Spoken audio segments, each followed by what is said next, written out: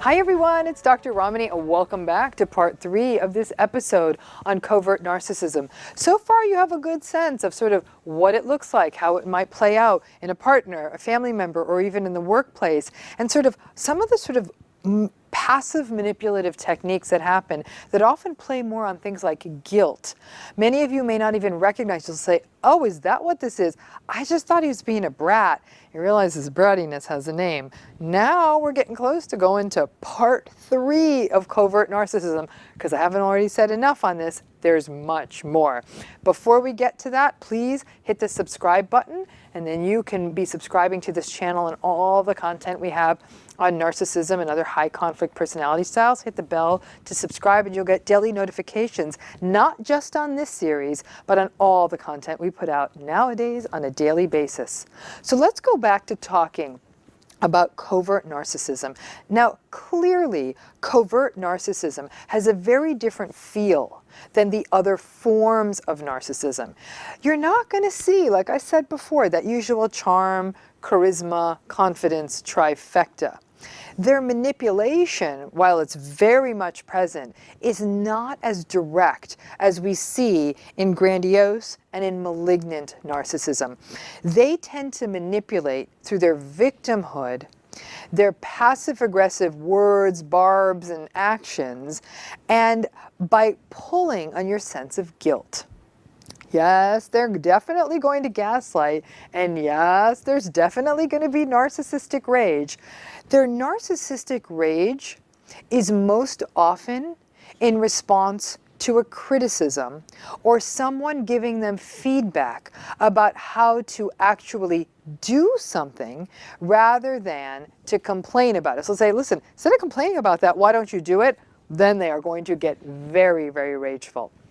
They also do not present as social do-gooders in the way you will see in communal narcissism. The people who say, look at all the good deeds I do, now give me validation. That's not their groove. Now, their negative moods also differentiate them from the other forms of narcissism. Their vulnerability may confuse you, as you may view their vulnerability as a space where you might be able to connect with them. Now, unlike the other forms of narcissism in which their vulnerability isn't nearly as obvious, you can see it a bit more clearly here. But just when you go in there and you try to connect with them on the basis of that vulnerability, the covert narcissist will bite back and they'll get really angry and contemptuous about the fact that you're sharing your vulnerabilities or even commenting on theirs. Now, love bombing with the covert narcissist may not be as explosive as it is with the other, forms of narcissism, but it's definitely not that big blow up, big love bombing. It tends to be quieter. You see fewer grand gestures, but in that quietness, they may actually end up becoming very attuned to you in the beginning of the relationship. And a lot of people mistake that attunement as intense empathy and connection. They sort of really drill into you, and it seems as though they're really seeing you. It's like they're really in your face. And interestingly, many people have said they say yes to the first date because they kind of feel sorry for the covert narcissist because, again, they're not particularly socially skilled or have that sort of glibness and charisma and all of that. So they say yes because it's nice to do. That is how socially awkward the covert narcissist can be in the early parts of the courtship process. This is very different than that sort of swagger you see of the grandiose narcissist. The courtship phase itself will look different. Again, that sort of tell me everything about yourself kind of thing. You might find yourself, though, also tending to be a little bit rescue-y. It's not so much about the big nights out. You'll be like, wow, this is so cool. It's all so nice and simple, but we listen to each other all the time. You also may not feel the same sense of menace that you would feel with a malignant narcissist. But the rage for a covert narcissist is just under the surface. And they will, interestingly, quite often appear to harbor a lot of anger at other groups. And you'll see it's not unusual in covert narcissism to see that they may hold inflammatory opinions on the basis of race, gender, religion, sexual orientation, nationality, but mostly from a victimized standpoint. So for example, they may express lots of anger about immigration, affirmative action, about people of color, and feeling that these groups have stolen their opportunities. Again, they feel like victims. Or they'll be angry about women who they feel aren't obedient and not taking traditional roles. And it's not unusual for covert narcissists to really sort of take these really antiquated, archaic roles about what gender roles should look like. You're like, wow, I mean, it's sort of like holy like 1932, but yeah, that's kind of where they are. Now, a key difference between covert narcissism and the other forms of narcissism comes down, interestingly, I believe, to extroversion. Delroy Paulus, I believe at the University of British Columbia, he put it best when he called the malignant narcissist the disagreeable extrovert. And I think this same kind of thinking could be applied to the grandiose narcissist. I suppose we could kind of call them the charming, disagreeable extrovert. But when we think about the covert narcissists, they are definitely not extroverts. They actually tend to conform to more of an introverted style. They are often put off or even anxious when they're in groups, and they derive more comfort from solitude or smaller groups. And it's interesting because this can be very isolating in any kind of a relationship with them. And it's for this reason that people who are in relationships with covert narcissists will definitely feel that sort of damaging impact of isolation, of not connecting with other people, and honestly not having witnesses to how toxic your relationship, as well as the lack of support you might have. And you might feel this in a covert narcissistic relationship more than people might in other kinds of narcissistic relationships. And when a covert narcissist is very controlling, this can be very, very isolating because they may be monitoring your comings and your goings and questioning all aspects of your life while also not having any world outside of the relationship. So it's suffocating and it actually be isolating to the point of being dangerous. In families that are run by a covert narcissist, a mother or father, it's not unusual for the family system to get very isolated. This can actually be very problematic because it means that there are fewer witnesses to the covert narcissistic parents or person in the family's rage, to their hypersensitivity and their irritability. And the risk here is that it can really leave the family members feeling isolated, confused, helpless, and definitely unseen. Now, social anxiety is also a major part of covert narcissism. And this is a reason that it almost can trick people initially, because it doesn't have the extroverted, charismatic top notes that we observe in traditionally grandiose patterns. The insecurity we see in a covert narcissistic person is often about sort of social issues and social matters and how they're viewed by other people.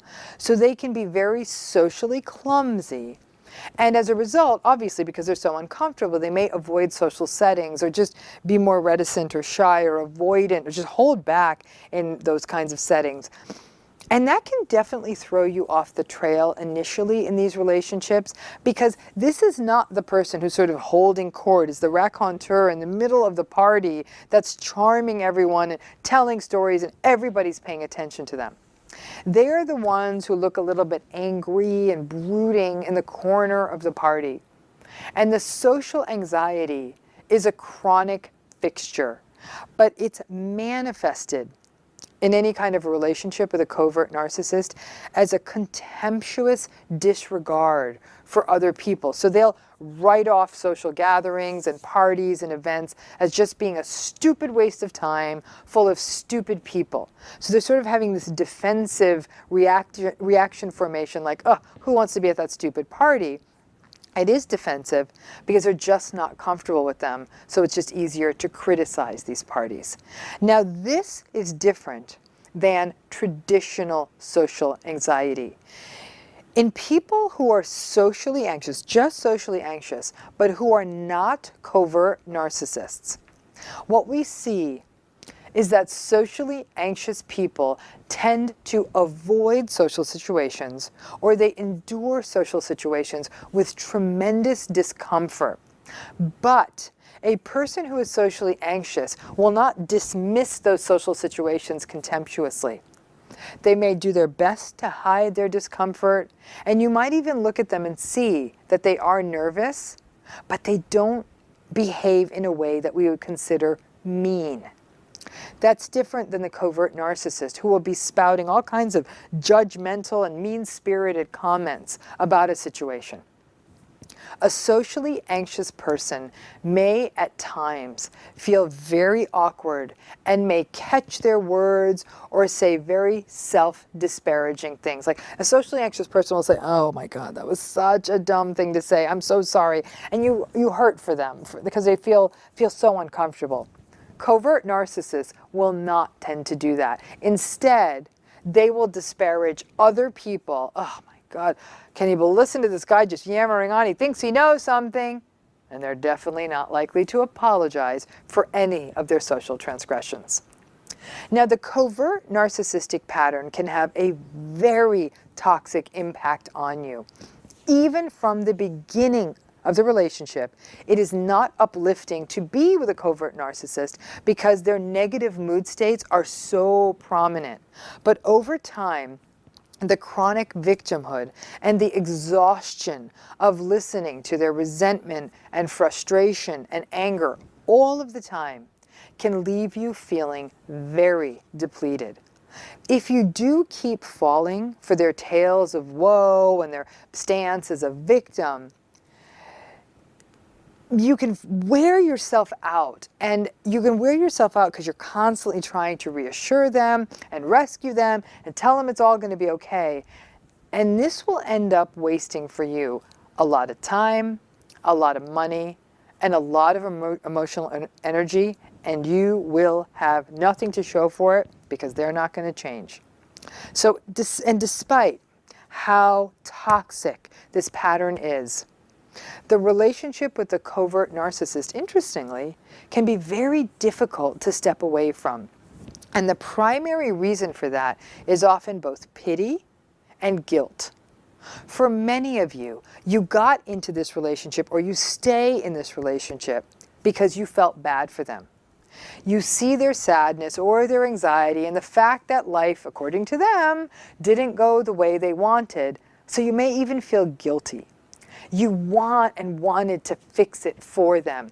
And you may even see some of your hurts, heartbreaks, and disappointments in them. You might think, gosh, if someone had just been nice to me, it might have turned around for me too. Well, maybe that was the case for you. I could promise you, no matter how many people are nice to them, it's not going to turn around for them because they're so invested in their victim, anger, entitlement stance.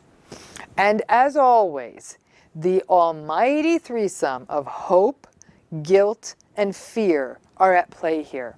The hope this relationship will get better, guilt for walking away from someone who is down, and fear that you will end up alone if you walk away from this. And at least, well, gosh, this person really needs me to sort of prop them up. So that might help you, and you might feel useful here. But the guilt gets very sticky. The covert narcissist, should you decide to try to leave them, they may actually really cry when you decide to leave. Not the crocodile tears of the grandiose narcissist, like really cry. And they'll say quite sadly that they don't think that they will be able to find someone else. The guilt then pulls you in. The malignant and grandiose narcissist may really manipulate and be quite cruel at the breakup stage, but the covert narcissist may not be able to manage the negative moods around this. And the tears and their very clear incapacity to cope may make it really difficult for you to sort of steel up and leave the relationship, no matter how unkind they have been to you in the past. And trust me on this, despite those tears, they are definitely going to throw more than a few passive-aggressive barbs your way. And that may also reel you back into the relationship the same way they played upon your guilt during the relationship. These manipulations really work with guilt. Even their compliments can be twisted and passive-aggressive. They might say something as twisted like, hey, even though your parents thought you were dumb, I actually think you're smart. Or say something like, yeah, other people may not think you're nice, but I do. And you're like, huh? Like, in that way, they almost mirror their affinity for victimhood to give you victimized compliments. Hey, no one else like you, but I do. You're a victim, but I'm still good with you. They might say things like, everyone else is against you, but I'm not. And it can set up this strange sort of traumatic bond because you think they may be the only person who cares about you and that gets you, and that can also further isolate you. So it's like this twist of insult plus compliment, and then these other ways that they're saying that no one else gets you, but I do. It is their victimhood pushing up against your desire to be kind, to do the right thing, or even a less than healthy drive that you may have to rescue other people that may keep you in these relationships and keep engaging and explaining long past it ever being healthy. Now, when we look at covert narcissism in a family setting, you may be so accustomed in your family to trying to fix things. And everyone in that family has always been so accustomed to enabling the covert narcissist that it can be very difficult to shift this pattern in any meaningful way. What's interesting is if you do stop engaging and stop trying to fix them, they will actually become more sullen and victimized, as though you've given up on them. And it can be an almighty struggle to not give in and fall into your old patterns. So, given how difficult and toxic this is, how the heck are you supposed to manage the covert narcissist without getting lost in a vortex of guilt? Frankly, the same way you manage all narcissists. Radical acceptance, realistic expectations, gray rock, not engaging, not explaining, and not personalizing. It is also important that you do not get pulled into the, I think personally, rather dangerous space of letting psychologically dangerous space of letting their past difficult history, their childhood history, their family history, be an excuse for their wretched current behavior. The covert narcissist will initially pull out a heavier victim card if you start pulling away. And in fact, covert narcissists often really struggle with abandonment and will often become even more resentful if they sense that you're discarding them. Maintaining good, solid boundaries and not personalizing their negativity is also an important survival strategy in these relationships. As always, being in therapy with a therapist who actually understands covert narcissism is absolutely essential because it will allow you to do the deeper dive on your own issues with guilt and with being a fixer that keeps you in this relationship and runs the risk of allowing this dynamic to devolve, honestly, into a rather codependent dynamic. And relationships with covert narcissists can often have a rather codependent feel. Now, sadly, just as with all narcissistic patterns, this pattern of covert narcissism does not tend to improve significantly in therapy. And it is a pattern, though, that significantly worsens under conditions of stress and disappointment. So when you have a covert narcissistic individual and they're experiencing considerable stress or major disappointment, under those conditions, the covert narcissist actually has their victimhood confirmed, and that enrages them even further. Now, obviously, whether or not you can distance yourself from this relationship is a very individual process.